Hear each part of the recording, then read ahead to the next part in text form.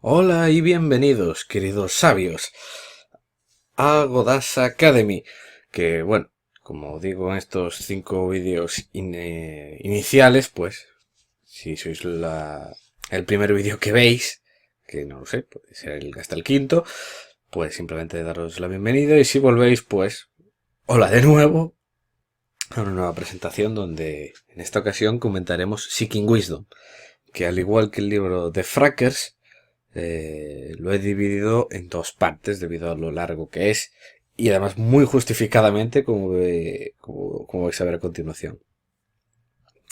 Aquí tenéis el libro de Seeking Wisdom de Peter Bevely, sabiduría al estilo Manger. Un hombre que comete un error y no lo corrige está cometiendo otro error. Frase de Confucio. Y es que sobre esto versa el libro, versa sobre los errores, sobre la conducta humana. Y veremos qué es esto, que influye sobre nuestro pensamiento, la psicología de los misjudgments, que no sabía cómo traducir exactamente misjudgment, es algo así como error, sesgo, pero no me acaba de convencer. Y otras partes como el tema de la física, matemáticas o modelos de otros campos, claves para un mejor razonamiento y un par de extras, pues eso vendrá en la segunda parte. ¿Qué es esto? Bueno, esta es una obra de Peter Bevely de hace unos pocos años que honda en los problemas para pensar que sufrimos las personas habitualmente y nos aporta ideas para superarlos, por así decirlo. Hay que decir que Bevely es un apasionado de Charlie Munger y su concepto de modelos mentales. De hecho, es gracias a él que descubrió la brillantez de Darwin, y de hecho son como los dos pilares sobre los que se basa Bevely en el libro, Munger y Darwin. Bevely es un inversor, no sé si particular o trabaja para una gestora. Y es, claro, todo el libro está como muy centrado eso, en Warren Buffett y Munger y el mundo de la inversión y los negocios en general. Y una frase que empieza diciendo en el libro es: Led y pensad en lo que habéis leído. Intentad comprender qué está pasando aquí, cuál es la idea central, cuál es la evidencia de que es correcta. Y de hecho aquí se le ve, si os fijáis, en el 50 aniversario de la conferencia en Omaha de Berkshire.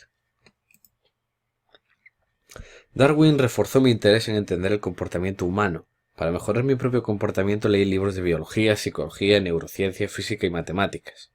Como dijo el filósofo francés del siglo XVII, René Descartes, la lectura de todos los buenos libros es como conversar con las mentes más brillantes de los siglos pasados.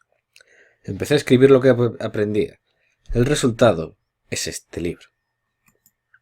¿Qué influye en nuestro pensamiento? Pues bien, hay varias cuestiones, que son las básicas con las que empieza a tratar, y es que la primera que influye es nuestra anatomía, nuestra biología. If we change anatomy, we change behavior. Y es un patrón que él dice que se ha visto en biología en los distintos animales. Claro, la manera de comportarse que puede tener un animal en el mar no es la misma que puede tener un mamífero en tierra.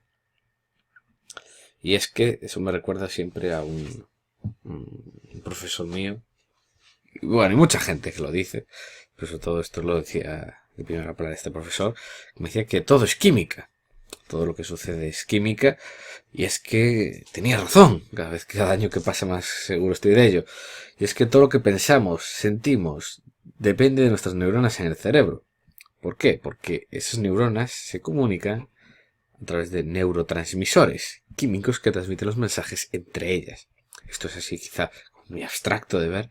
Básicamente, ¿sabéis cómo son las neuronas? Pues claro, están todas conectadas entre sí. O sea, no todas, están cada una conectadas con, no sé, otras 5 neuronas. Pues claro, ¿qué son los recuerdos, las imágenes, las sensaciones?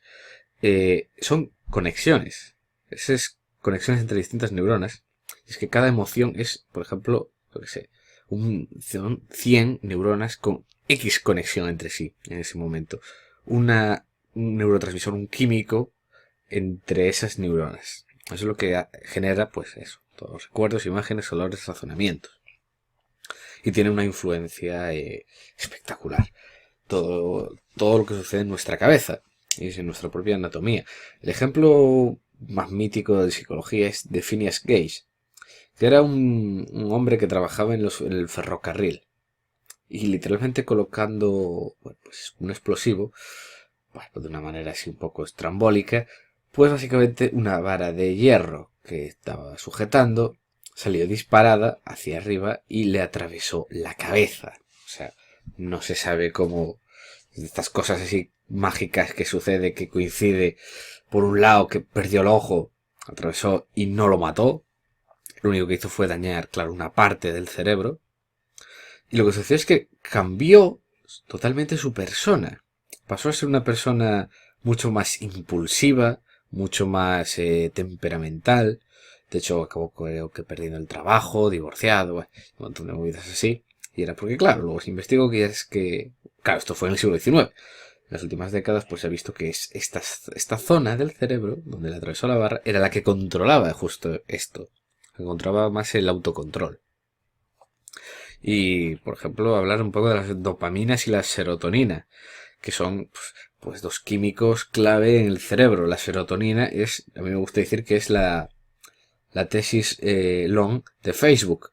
¿Por qué? Porque la serotonina la llaman como la hormona de la felicidad, porque es la que se libera. Cuando estamos contentos se libera esta serotonina en nuestro cerebro. Y claro, yo digo que eso está relacionado con Facebook porque la clave de las redes sociales son los likes.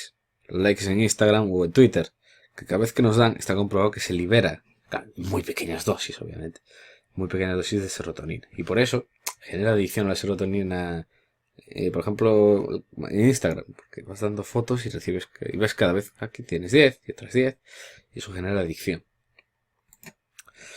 Siguiendo con nuestra anatomía, a otro nivel, nuestros genes, experiencias vitales, condiciones ambientales y la aleatoriedad determinan los patrones y conexiones.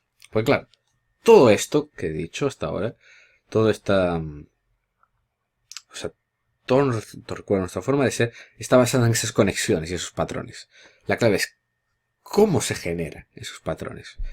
Pues básicamente es a través de los genes, las experiencias vitales, nuestra educación, por así decirlo, condiciones ambientales y la aleatoriedad.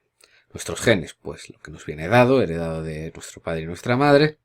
Experiencias vitales, sobre todo, viene dado de nuestra educación. Condiciones ambientales, por ejemplo, sencillamente contaminación. Si estamos expuestos a la contaminación, está comprobado de que pues, tenemos más metales pesados en el cuerpo y más, por ejemplo, había comprobado, creo que eran niños en Estados Unidos, que los que vivían cerca de fábricas tenían más plomo y eso hacía que les funcionara más despacio pues estas conexiones y el cerebro y sacaban peores resultados académicos.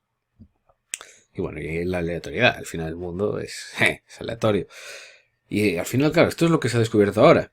Y me resulta fascinante ver que a principios del siglo XX, Ortega y Gasset, el filósofo, ya decía, yo soy yo y mis circunstancias. Resulta que tenía razón. Era esto, era básicamente esto.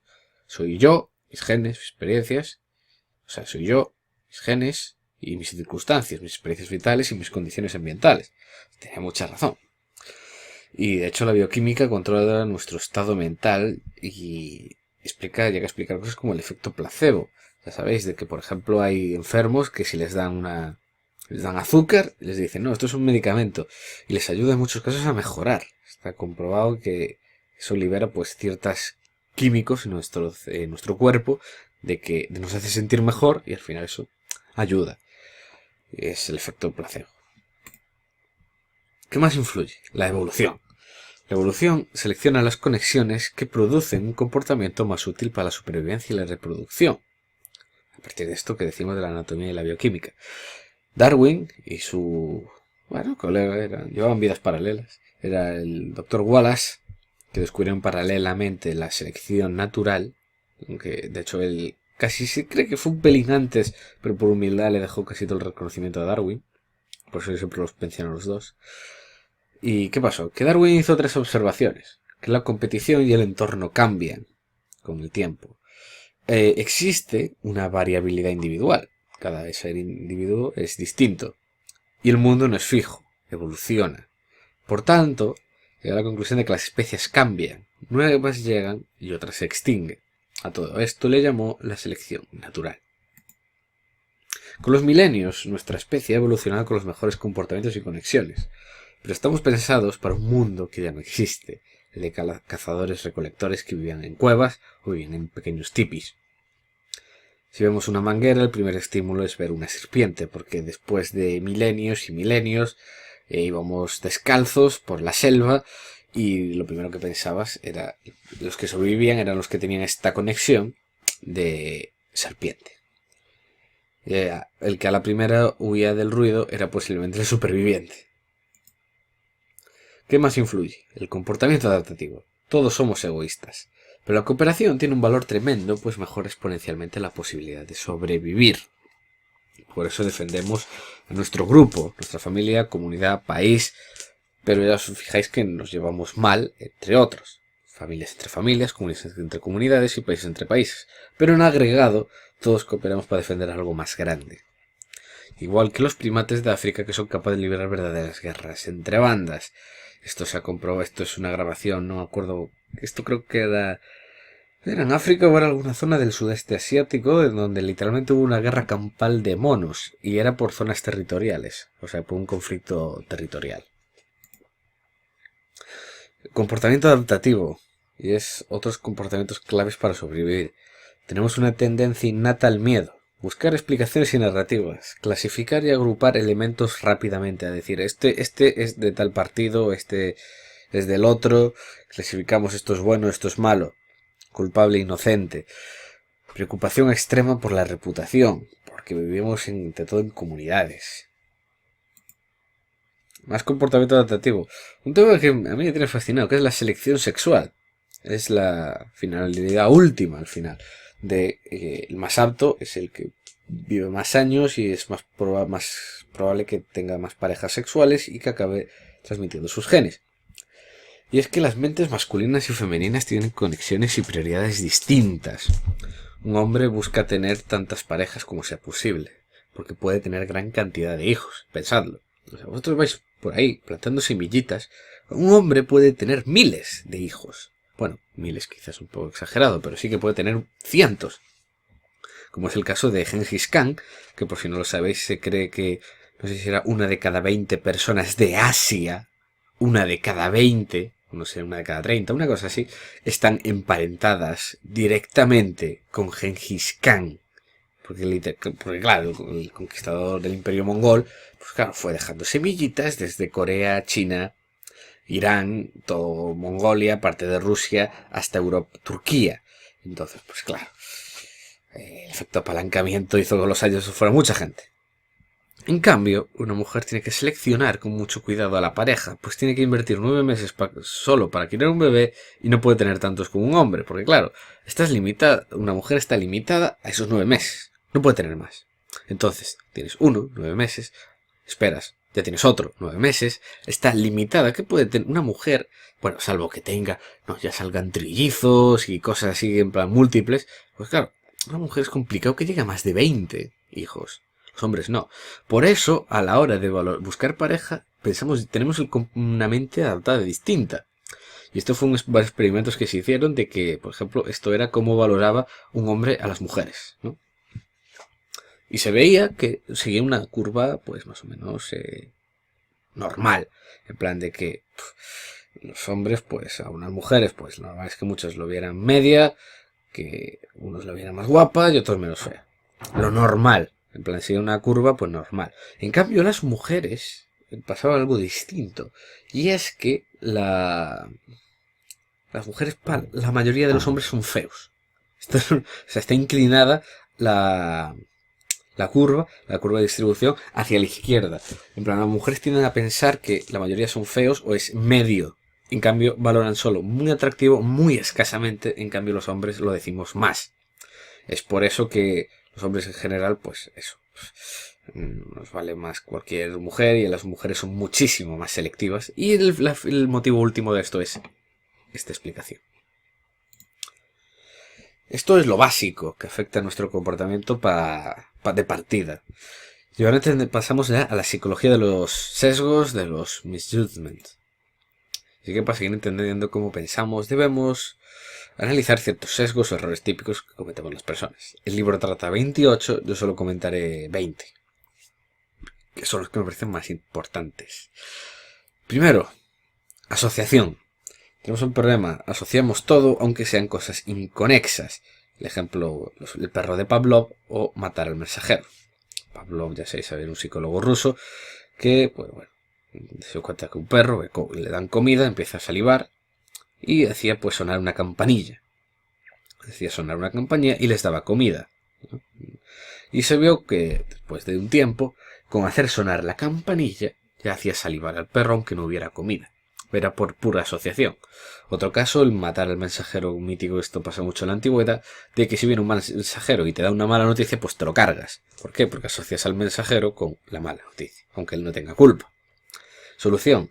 Evalúa las cosas, situaciones y personas por sus propios méritos. Que te digan las noticias malas rápido, sensaciones del pasado suelen depender del contexto. Aprovechate creando emociones negativas para corregir comportamientos. Incentivos. Problema, nos movemos por incentivos. Sorpresa. Ejemplo, préstamos subprime o las fusiones M&A. Los préstamos subprime, al final hay un incentivo a envasar un montón de basura, ponerle un lacito y venderlo. En M&A, a que cuanto más grande sea la transacción mejor y crear una empresa gigante porque yo me llevo más bonus o más dinero. Solución. Pregúntate siempre cuáles son los intereses e incentivos de la otra persona, de la otra parte, que se juega algo. No penséis solo en dinero, sino también en comportamiento social o moral. Optimismo y tendencias autocomplacientes. Problema. Tendemos por defecto a ser muy positivos con nosotros mismos, nuestro entorno, lo que podemos lograr, etc. Ejemplo, se ve muy fácil en cualquier construcción o estimación de beneficios. Esto es el ejemplo de Rainy River, una mina en Canadá, que bueno, fue un maldito caos, el desastre, tardó más años, duplicó el CAPEX inicial, bueno, un montón de movidas. ¿Por qué? Porque somos optimistas. Solución. Reconoce tus límites, céntrate en lo que puede ir mal y sus consecuencias. Negación y autodecepción. Distorsionamos la realidad para que no parezca tan mala, para sentirnos mejor y que no nos hemos equivocado. Un ejemplo claro son las guerras. Somos incapaces de aceptar que nos hemos equivocado, que la guerra no es tan mala, que no... Bueno, pues eso, en general, esto pasaba también mucho antes, la mítica guerra, esto es la guerra del Peloponeso, la guerra entre Atenas y Esparta, y claro, ambos la distorsionaban para decir que la guerra, el motivo... La razón la tenían ellos, que no podíamos estar equivocados, que sí que era necesario ir a la guerra.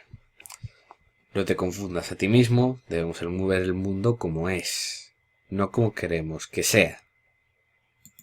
Consistencia. Esto está relacionado con lo anterior.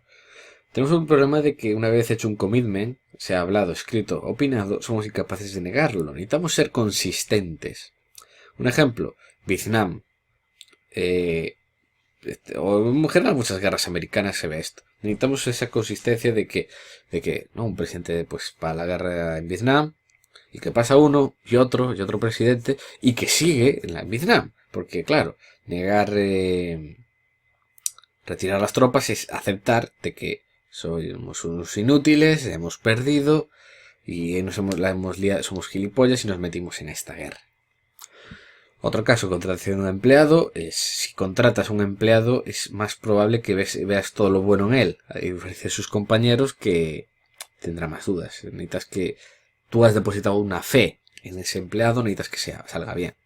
O un político electo, más de lo mismo. Si votas a alguien, aunque la líe parda, lo has votado, está ahí por ti, necesitas justificarlo. Solución, no hacer juicios y elecciones de primeras y recapacitar rápido. Porque cuanto más tardes, peor. Síndrome de carencia. Lo que más valoramos es lo que perdemos. Ejemplo, revoluciones, aumento de impuestos.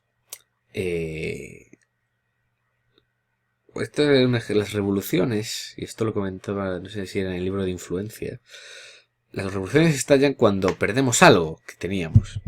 Cuando lo tenemos, pues lo valoramos, bien. Pero cuando lo perdemos ahí es cuando nos cabreamos. Eso es lo que valoramos de verdad. Y por ahí estallan las revoluciones. O eso pasa, por ejemplo, en un momento de impuestos. Tú puedes aumentar poco a poco los impuestos. Pero como los bajes y luego los subas, la gente se va a cabrear. Por eso sí que funciona muy bien la inflación. Para quitar el dinero a la gente. Y es porque es muy poquito a poco y nadie es consciente. Entonces, funciona muy bien. Ten claro los objetivos y opciones. ¿De verdad necesitas o quieres esto? Los eventos graduales se notan menos. Síndrome del status quo.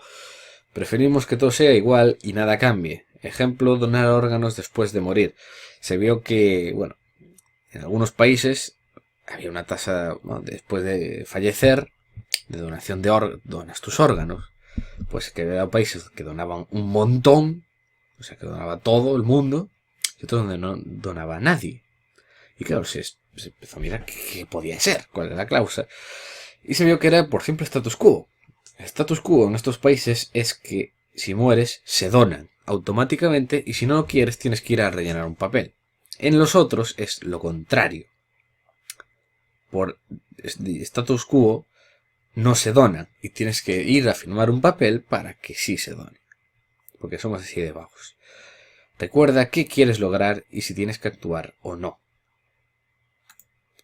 Impaciencia. Queremos las cosas hoy, no mañana. Ejemplo claro, inflar beneficios. Necesitamos el dinero ya porque quiero mi bonus, como buen ejecutivo. Solución, considera siempre las consecuencias a corto y largo plazo. Sufrimiento a corto plazo puede suponer beneficios a largo. Envidia. Es algo humano tener envidia de lo ajeno. No hay nada más que vuelva tan loco a una persona como ver al vecino volverse rico sin hacer nada. Ejemplo más bestia era la burbuja.com en el 2000, que veías que cualquier hijo de vecino compraba algo que llevaba la palabra .com en la salida a bolsa y se hacía rico. En plan, se hacía un 1000% y maradas así. Y esto, pues claro, hacía que la gente se cabreara y entrara también a meter dinero y acabó una burbuja del copón. Solución. Disfruta tu vida sin compararte con los demás, dijo Bertrand Russell, gran filósofo analítico británico. Comparación por contraste. Valoramos las cosas por comparación. Somos incapaces de evaluar las cosas en términos absolutos. Esto se ve muy bien en el pricing de cualquier producto o servicio, de que siempre veréis que hay como varias ofertas de precios. ¿Y por qué es? Pues principalmente es para vender por contraste, porque ves 90, ves 200, ves 300, ¿qué dices? El de 90 no te va a traer nada, va a ser como muy básico. Y el de 320 vas a decir, uff, caro. Pero el de 200, vas a decir, está en el medio y trae casi todo. Este trae poco más y este no trae nada. Este viene bien. Entonces de esta manera tratas de este es el producto siempre que quieres vender. Esto es muy típico. Solución. Evalúa a la gente y los objetos por ellos mismos, no por contraste. Anclaje.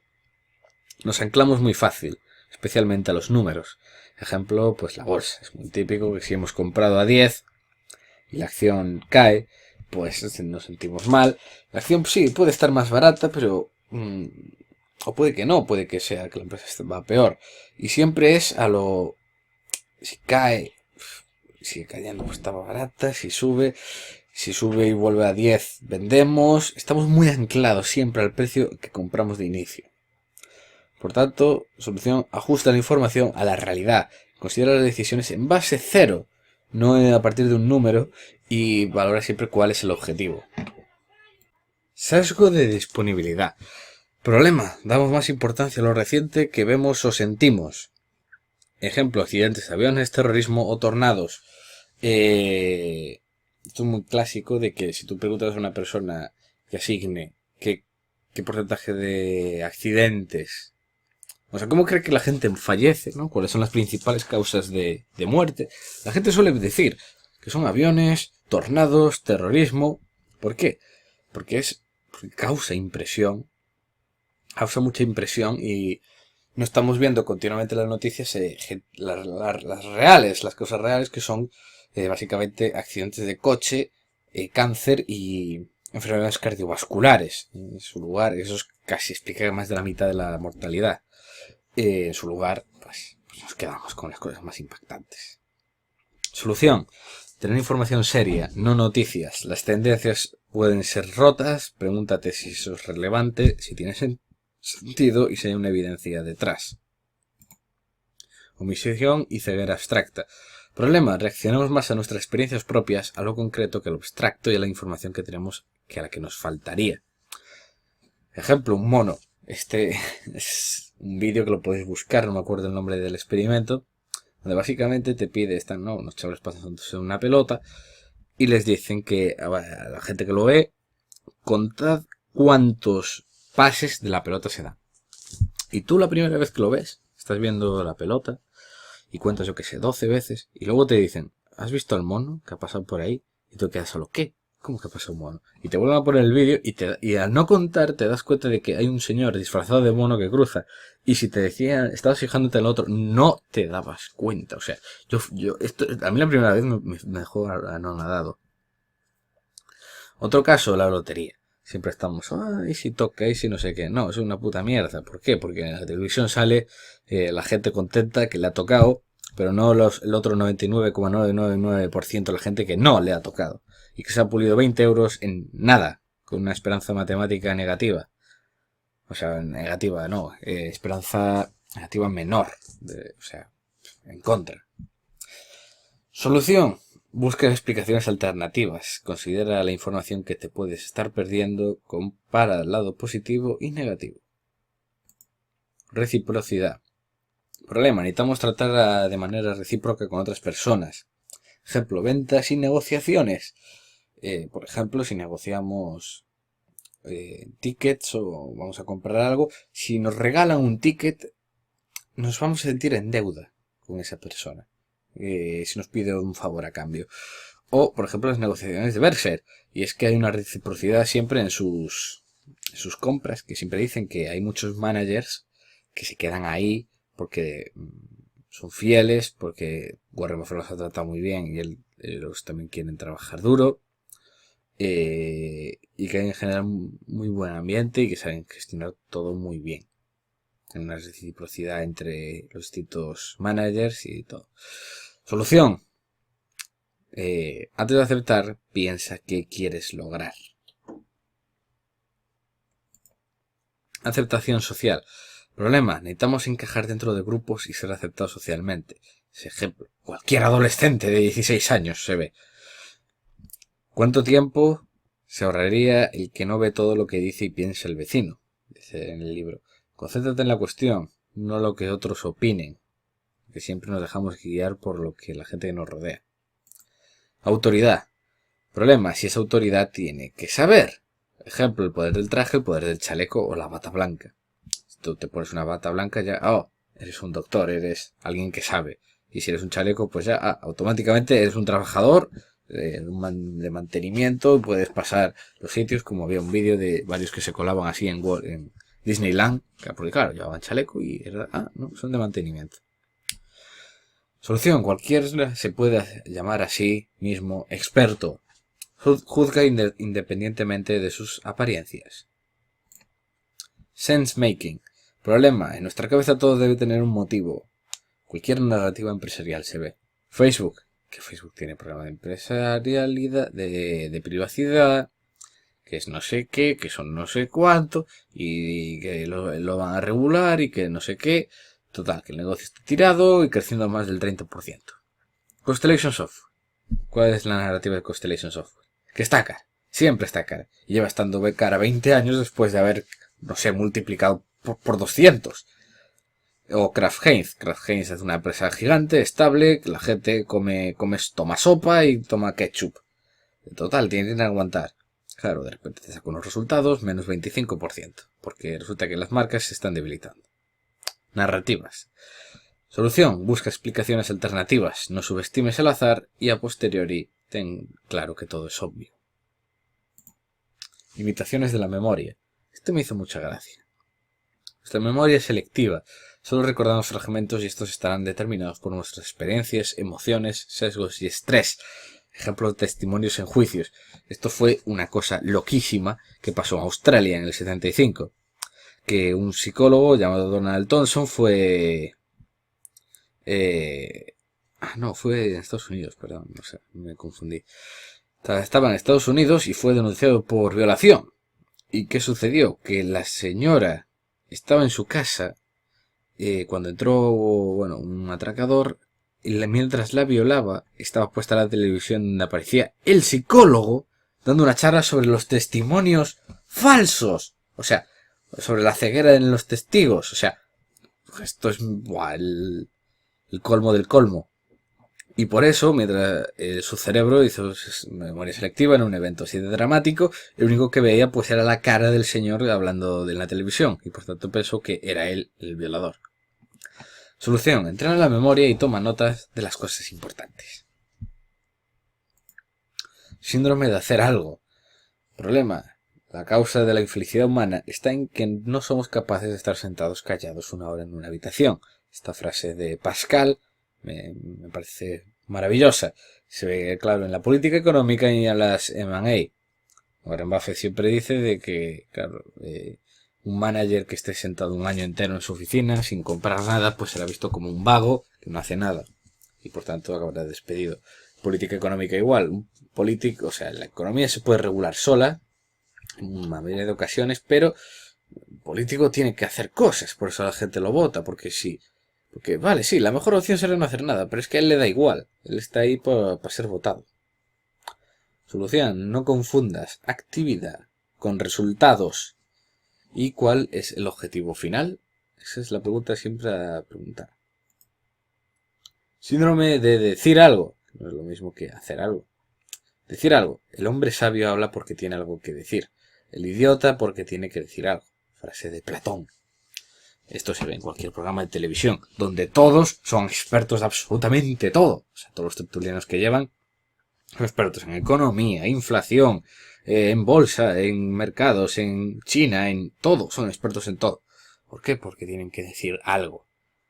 Solución: saber callar y no juzgues todo lo que ves. Y por último, las emociones. Tenemos el problema de que estas emociones suelen dirigir nuestra conducta, aunque luego lo racionalicemos. Juzgar y valorar cualquier cosa, pues nos influyen nuestras emociones. Esto era una idea de Hume, que él recalcaba que todos sus colegas filósofos de su época estaban obsesionados con la razón humana, la lógica, y él decía que no, que el ser humano esa razón no está deificada y que realmente nos movemos por emociones y que simplemente después de actuar en función de esa emoción lo racionalizamos de alguna manera. Solución: entiende las emociones y cómo influye en nuestro pensamiento, controlar el temperamento. Y me despido de esta primera parte con una frase de Munger. No quiero que pienses que tenemos alguna manera de aprender o comportarnos y no cometer errores. Solo digo que puedes aprender a cometer menos errores que el resto. Este es el fin de la primera parte. Es todo por hoy, y debido a la cantidad de conceptos manejados, haré una segunda parte donde veremos los restantes temas del libro relacionados con matemáticas y ciertos extras y cosas muy variadas en general. Hasta la próxima, queridos sabios. Hola y bienvenidos en un nuevo vídeo al Godash Academy.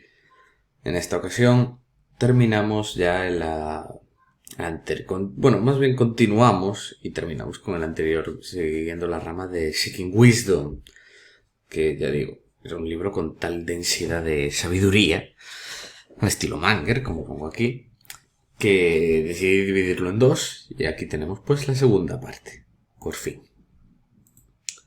Y bueno, esto fue lo que tratamos en la primera. Yo doy por entendido en todo momento que el que está viendo esto ha visto ya la parte 1, ¿de acuerdo?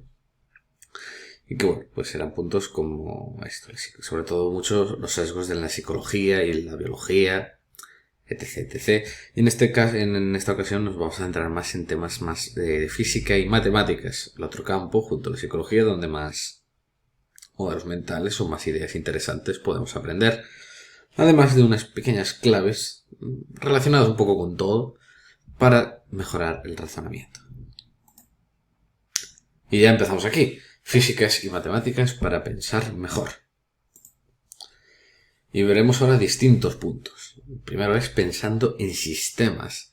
Tenemos que pensar que nuestras acciones tienen consecuencias esperadas e inesperadas.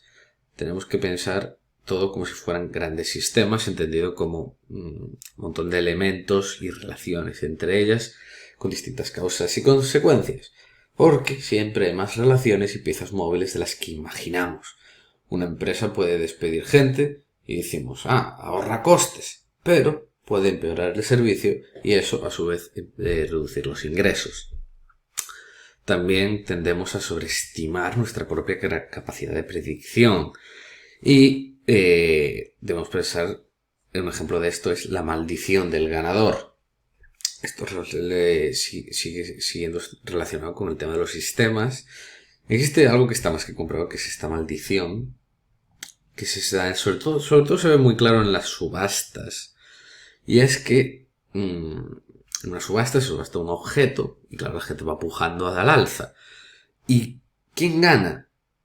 El más optimista con el valor del objeto. Y esto es una maldición, porque generalmente al ser el más optimista acaba perdiendo. Eso pasa también, por ejemplo, mucho en la inversión.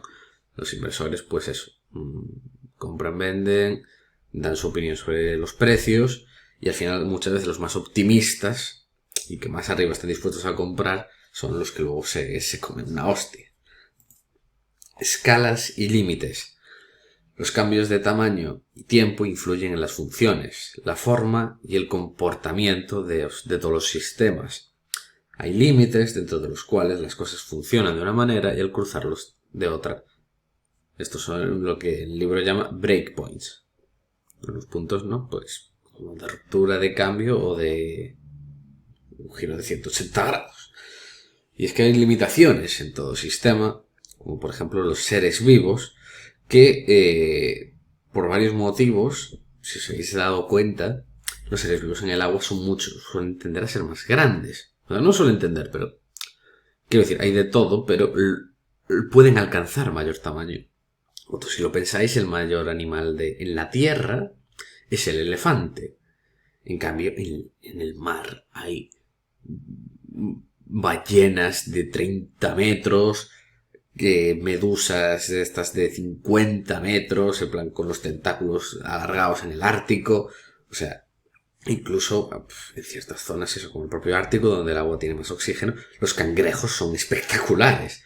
O sea, y esto por diversos motivos, como puede ser eso, mayor cantidad de oxígeno, como es el caso eso que ya dije del Ártico. Otro es la temperatura, y es que para distribuir el calor que genera el cuerpo, los seres necesitan más superficie. Y en el agua es más fácil crear seres más grandes donde puedan emitir más calor y que se puedan mover con más facilidad también. En un ser gigante, imaginaos un ser mitológico, no podría jamás existir en un cíclope, una cosa de estas, porque se moriría de calor, literalmente, no podría existir simplemente por eso y por el tamaño. Y una reflexión final que me encanta es que un sistema es tan sólido como su eslabón más débil. De la misma manera que el gran Mark Leonard, chairman y presidente de Constellation Software, dijo una vez que un modelo de valoración es tan frágil como sus supuestos. Causas. Asumimos rápido una causa por un efecto, cuando casi seguro es más complicado. No somos capaces de entender el azar para buenos y malos resultados. Y a veces las causas realmente pueden ser efectos y tenemos que replantearnos toda la situación. La mítica frase que dice cualquier estadístico, cualquier persona versada en estadística, es correlación, no es causalidad. Por ejemplo, pongo aquí suicidios con videojuegos. El caso del primer Pokémon, donde si no conoces esta historia bastante turbia, era que con el primer Pokémon había la música de un pueblo, creo que era Pueblo Lavanda, que era una música que incitaba al suicidio, porque poco después de salir del juego, pues al parecer en Japón, muchos niños jugando esa fase, pues hubo suicidios. Claro, hay esa correlación, la gente se asustó mucho. ¿La realidad cuál era? Pues que fue en un momento poco antes de empezar las clases. Japón es un país ya de por sí que tiene una tasa de suicidios enorme. Y bueno, además allí en los institutos les dan muchísima caña y el suicidio juvenil es enorme. Entonces, como estaba a punto de empezar las clases, pues parece ser que no fue nada especial. Y no solemos olvidar de comparar también condiciones, comportamientos y otros factores al analizar situaciones análogas. Números y su significado. Consideramos los números aislados cuando lo importante son las relaciones y magnitudes. Walmart es la empresa con más ingresos del mundo, pero el beneficio es mucho menor. Por ejemplo, básicamente porque los márgenes son mucho menores. Las empresas con más beneficios son Apple, Aramco, la petrolera de Arabia, aun teniendo menos ingresos. No entender la tremenda diferencia entre riesgo absoluto y relativo. Subestimamos el poder del crecimiento exponencial. El ejemplo más claro de esto es el mítico juego del arroz, que por si no lo conocéis, era una especie de historia. Creo que dicen que su origen era en la India, pero no estoy seguro, donde al parecer un sabio fue a la corte de un rey y a este le dijo que si aceptaba el trato de que si solucionaba un problema podrían jugar a esto, donde pondrían en un tablero de ajedrez un grano de arroz y en el siguiente el doble de cantidad, y que querría llevarse la cantidad de arroz final de este cuadrado, se llevaría eso. Y el rey pues aceptó.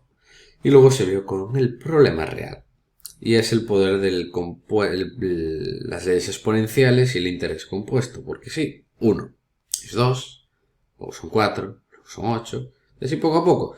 Y van pasando y ya ves que son unos montoncitos y dices, vale, eso está bien. Pero cuando llega hasta aquí, el duplicar es bastante, ¿no? Coge así, va muy poco a poco, pero llega un punto donde esto se vuelve exponencial y es una maldita locura.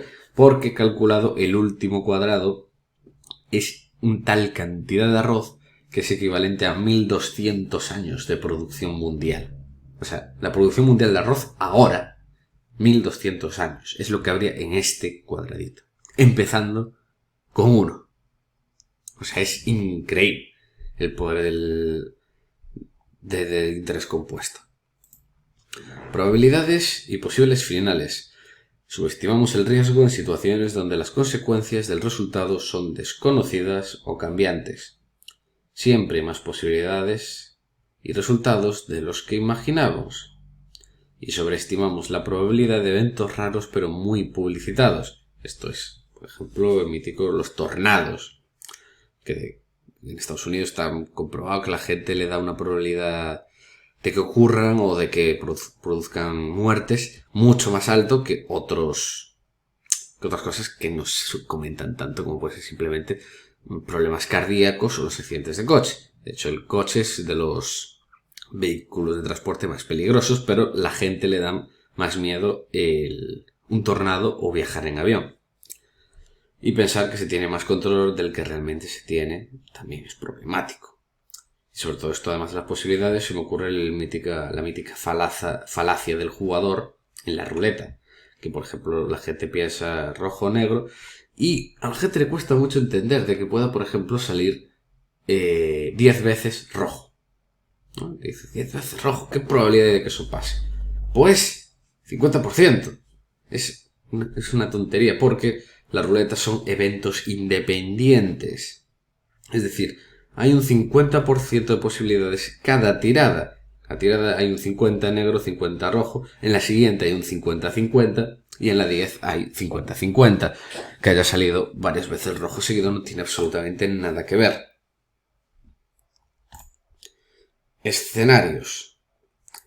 Sobreestimamos la probabilidad en escenarios con múltiples pasos. Es decir, que requiera, por ejemplo, una construcción de una obra que requiere, ¿no? Pues como muchos pasos, levantar mucho dinero, y pues sobreestimamos su éxito, porque es eso, muchos pasos, muchas posibilidades, muchos puntos donde la cosa puede ir mal.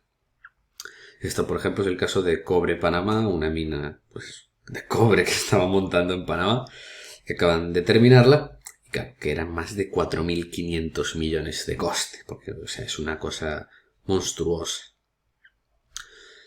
Subestimamos la probabilidad de que el sistema falle. Como ya dije, más piezas igual más random. Más randomness, más aleatoriedad.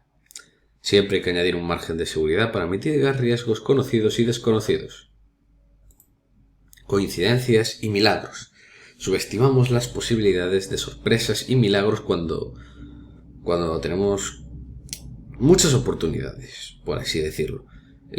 Un ejemplo mítico es cosas que la posibilidad de que te sucedan son continuas a lo largo del día y que no nos damos cuenta. Por ejemplo, quiero decir, tú te levantas, hablas con mucha gente, vas por la calle todos los días, vas por esa misma calle 50 veces al mes. Pues es normal que de vez en cuando pasen cosas súper raras. ¿Por qué? Por la cantidad de muestras, por la cantidad de veces que pasa. De modo que aunque la posibilidad sea pequeña, pues puede suceder.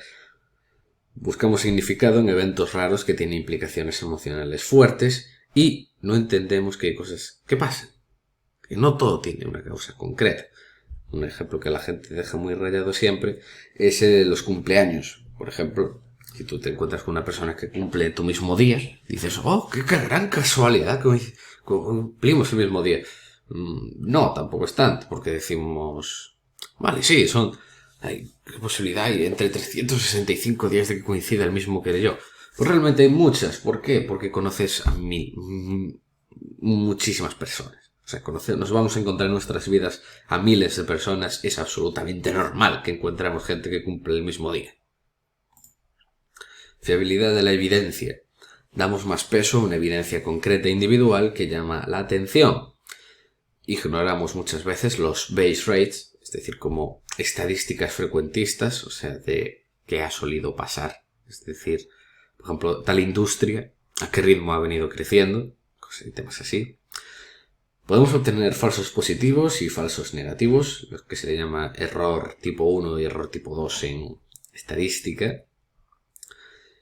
Y decir que muchas veces las muestras que tenemos nos sirven. Por ejemplo, como decía Haidt, en otro de los últimos libros que publiqué, que es el resumen de La mente de los justos, pues Haidt comentaba de que la mayoría de muestras psicológicas tienen problemas porque siempre se usa el mismo tipo de persona, que es un occidental con educación y que ha vivido siempre bien, cuando la psicología es algo más universal.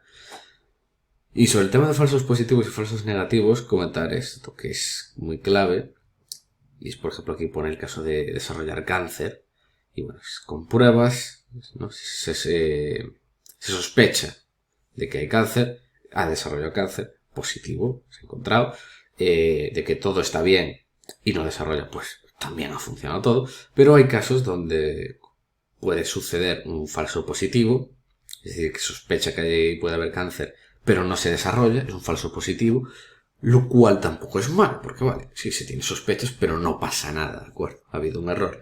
Pero los problemáticos son estos, los falsos negativos, que son cuando se cree que todo está bien y sí que va mal. Evidencia no representativa.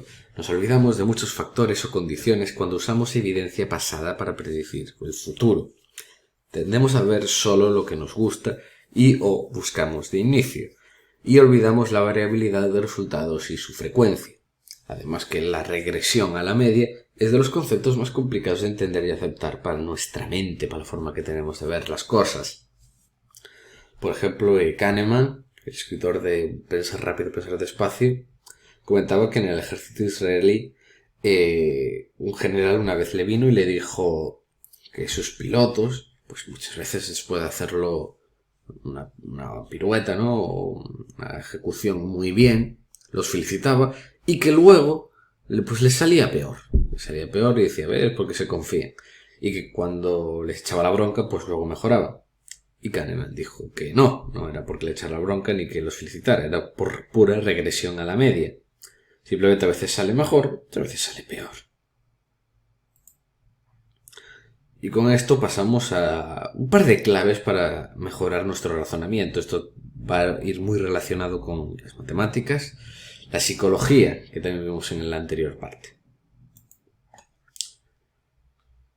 La primera clave es utilizar los modelos de realidad.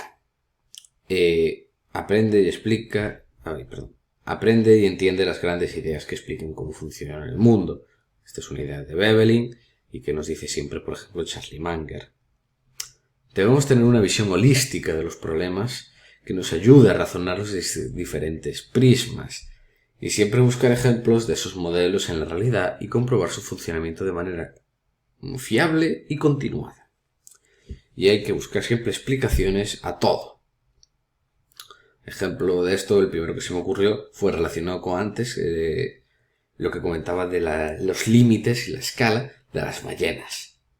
De que son animales gigantes, de que pueden vivir en el agua. Y en cambio, si os dais cuenta, cuando se quedan varadas en la orilla, muchas veces se mueren por su propio peso. ¿No? Aparte de por el agua, les cuesta respirar y todo esto.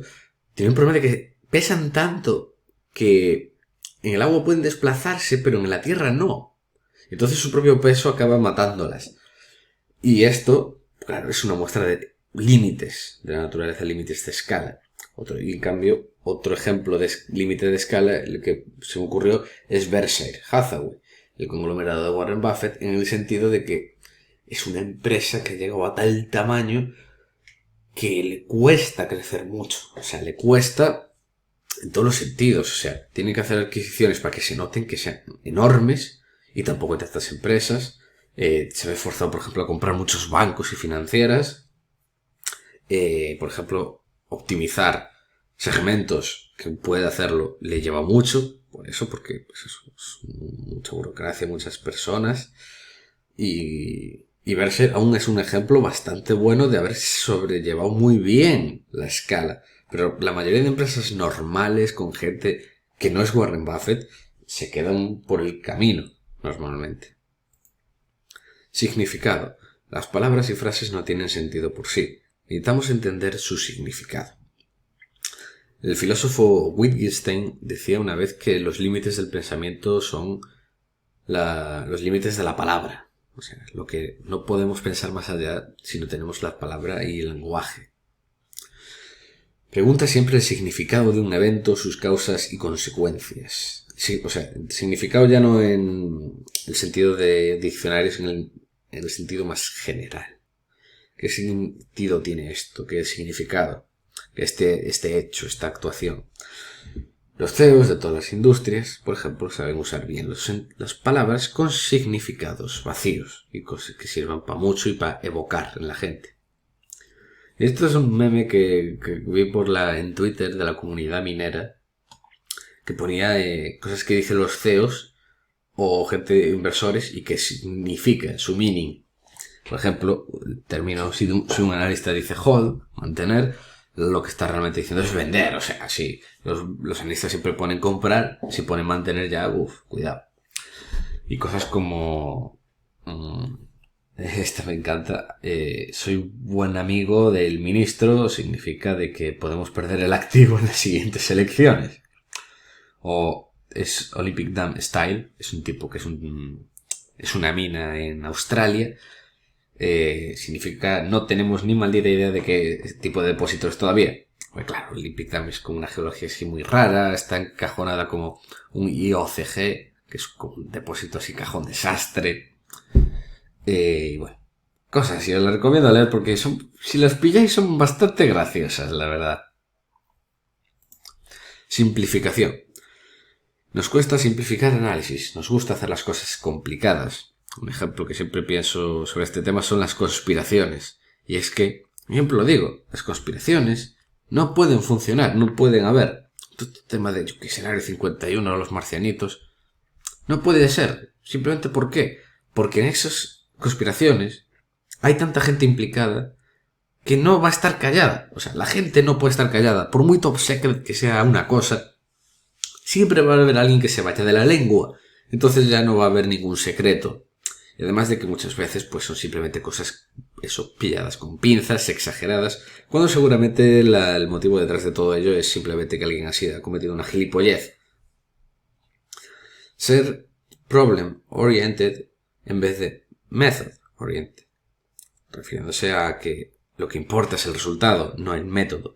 No te centres en hay que usar este método de hacer esto y esto, porque si tienes un martillo todo te parecerán clavos. Y no, debemos tener muchas herramientas y centrarse más en problemas y soluciones. Y el arte de pensar es el arte de saber pasar por alto lo innecesario. Como dice Buffett, el focus, el centrarse, es clave. Simplificar, por ejemplo, se me ocurrió el tema de las fracciones, pues es eso, 3/6 es lo mismo que un medio. Es exactamente lo mismo, pero estás eliminando elementos para que quede eso más simple. Y esto es lo que se puede hacer perfectamente en muchísimos problemas. Reglas y filtros. Los filtros nos ayudan a priorizar. Para ello buscamos los mejores criterios, es decir, que funcionen continuamente en la mayoría de situaciones, etc. ¿Y cuáles son los factores más críticos que lograrán lo que quiero lograr o evitar? Esto es la pregunta clave cuando tenemos que trazar reglas y filtros. ¿Qué son las cosas más clave que nos van a permitir lograr nuestra meta o evitar tal problema? Eliminamos elementos para conservar esfuerzo. Por ejemplo, podemos eliminar ver la televisión. Y para todo esto las checklists son muy útiles. Ya sabéis, hay que hacer checklists de todo. Metas. Necesitamos metas en nuestra vida. Y a pequeña escala. Necesitamos metas en todo. Porque los incentivos, logros y metas son el motivo de la ineficiencia soviética y también la underperformance de muchas fábricas y empleados.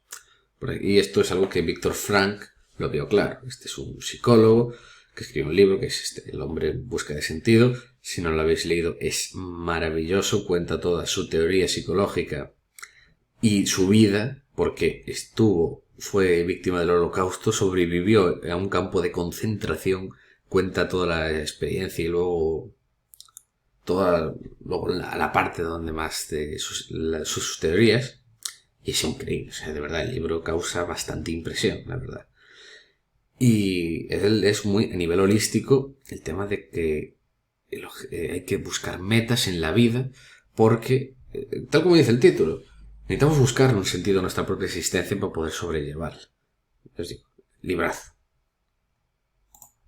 Alternativas. Paco, el gran Paco Lodeiro, no sé si lo conocéis, una vez me dijo que el concepto más importante de la economía es el coste de oportunidad.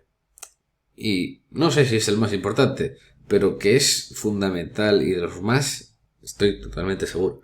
Porque siempre debemos valorar todas nuestras alternativas y opciones. En cualquier toma de decisión, da igual lo que sea, empresas, como digo, aquí en la inversión, el mundo corporativo es clave porque el capital allocation es continuo. Entonces hay que saber tomar esas alternativas, valorar riesgos, beneficios y todo lo demás. Por ejemplo, yo qué sé, elegir carrera, trabajo. Me compensa, por ejemplo, pagar esto y por ejemplo, creo que me contó una vez Paco que se le jodió el coche y lo dejó allí arreglando y que se lo mandaran a Galicia mientras él pilló un tren. ¿Por qué? Porque su tiempo vale tanto dinero que le compensa pagar y volver antes. Entonces, es todo esto, coste de oportunidad. Y hablando de costes y alternativas, también hay que entender las consecuencias. Y es que uno de los libros con mejores reflexiones económicas que recuerdo haber leído es Lo que se ve y lo que no se ve, de Bastiat.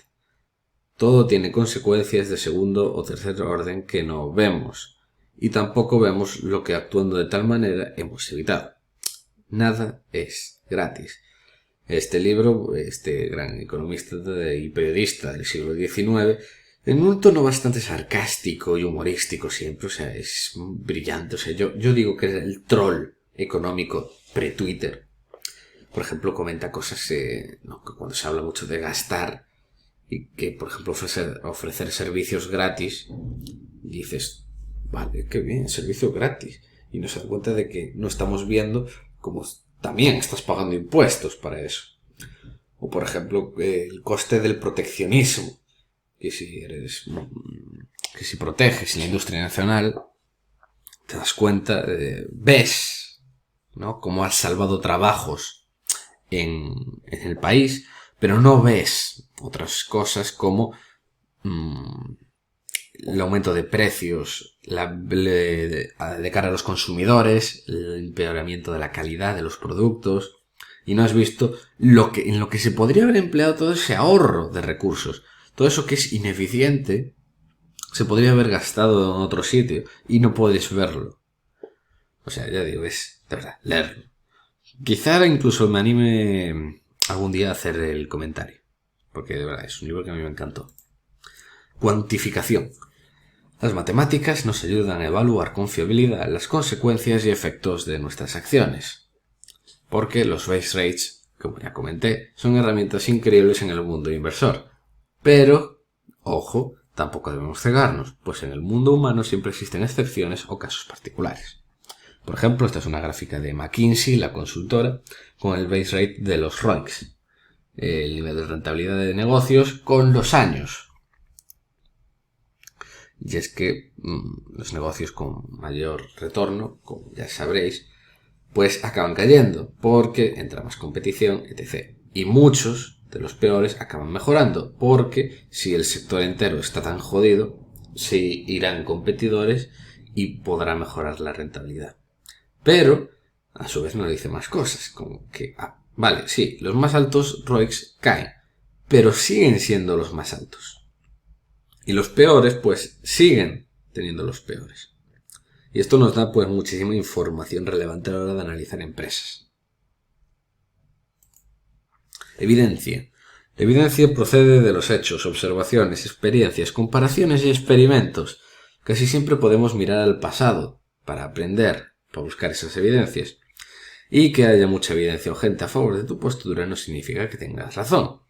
Por ejemplo, Galileo experimentó y se dio cuenta antes que la mayoría de que la Tierra giraba alrededor del Sol y no al revés como pensaban la mayoría de contemporáneos.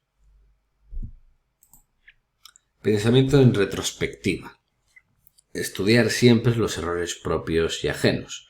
El gran Bismarck, líder del segundo imperio alemán, en el siglo XIX, siempre decía que aprender de los errores propios es de idiotas, porque hay que aprender de los errores ajenos. Esta decisión con lo que sabía en ese momento fue inteligente, porque es habitual pensar que tal acto fue estúpido en el pasado porque salió mal, pero es clave verlos desde ese momento. Yo siempre lo digo, miro cuando me he equivocado en una inversión o tal, si me arrepiento o no de haberla hecho. Quiero decir, hay muchas que las volvería a hacer, y estoy totalmente seguro, no me arrepentiría de nada. En cambio hay otras que sí digo, esto sí que fue una tontería, no sé qué. Y eso pasa, debemos ser conscientes de la situación e información que había en ese momento. Y empieza siempre con el fin a lograr en mente. Riesgo. Debemos minimizar siempre los riesgos y anteponer esto a la obtención de beneficios. Y pensar en las consecuencias de errar. Porque aunque muchas veces para obtener grandes ganancias es necesario el riesgo, tampoco nos olvidemos. Minimizar el riesgo siempre es importante, pero también es necesario. Las mayores creaciones e ideas tenían un riesgo inicial o intrínseco enorme. Esto es una cosa que, por ejemplo, comentaba mucho Peter Thiel en su otro libro que está disponible aquí en Godas's Academy, que es de 0 a 1. El tema de que las mayores ideas, pues es la mítica que se dice, te llaman loco cuando creas algo nuevo. Y terminamos con las actitudes. La actitud que debemos tener ante la vida es fundamental en nuestro devenir, nuestro futuro. Consejos que da Veblen son: sé honesto. Bueno, antes de decir que este capítulo está especialmente basado en los tratados morales de Séneca, y consejos que da pues son: sé honesto, actúa ejemplarmente, refiriéndose, por ejemplo, a imitar a tus ídolos, o qué harían tus ídolos si te estuvieran mirando. Trata a la gente de manera justa, no tomes la vida demasiado en serio, ten expectativas razonables, vive en el presente, sé curioso y de manera abierta. Y siempre pregunta why. por qué. Y con esto pues se termina la parte 2. Seeking Wisdom es un libro de sabiduría condensada. Yo creo que hay decenas y decenas de libros como poco, resumidos en uno. Y es una gran recomendación tenerlo siempre cerca y revisar de vez en cuando. Y por supuesto, todo está amenizado con grandes frases de Warren Buffett y Charlie Munger. Verdaderos elefantes con cuerpo de humano. Y este es el final. Espero que hayáis aprendido más sobre nuestra mente y varios trucos para pensar mejor. Cualquier duda o sugerencia, no dudéis en enviármela. Esto es todo por hoy, queridos sabios.